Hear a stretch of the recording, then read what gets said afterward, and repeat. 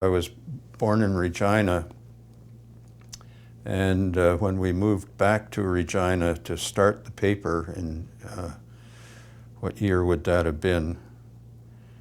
1933, I guess, something like that.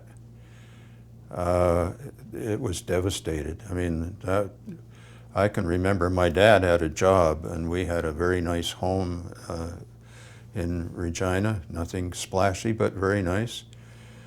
And every night, a little knock on the door, the back door, and there'd be a group of 3 or 4 men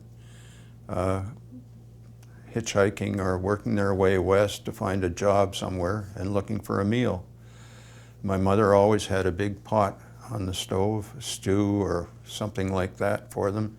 So it was automatic, there was no question about it. And every night, to knock on the door, we had a little place at the back that was covered in a table. They had their own almost dining room there. But this was quite common, and I can remember my dad driving us through. All the roads in Saskatchewan were dirt roads or gravel roads. The only paved road was the one out to the airport. And we used to ride our bikes on it because it was paved. But we went for rides through Saskatchewan, and it was devastated. The weather had been very poor. There had not been any rain. The farms were abandoned. The tumbleweed had piled up against the fences, and the dust had piled up around fences. Very, very, very depressing landscape. So it was not an easy time. And I remember one particular summer there was an infestation of grasshoppers, clouds of grasshoppers, I mean, literally clouds. And they'd come down and they'd settle on our lawn, and then the front lawn would be just a mass of grasshoppers. You'd go out and put your foot on the grass, you'd kill a whole bunch of grasshoppers. In the driveway, when Dad would drive his car out in the morning to go to work, 2 ruts through the mass of grasshoppers that had established there. That was a very, very tough time in Saskatchewan particularly.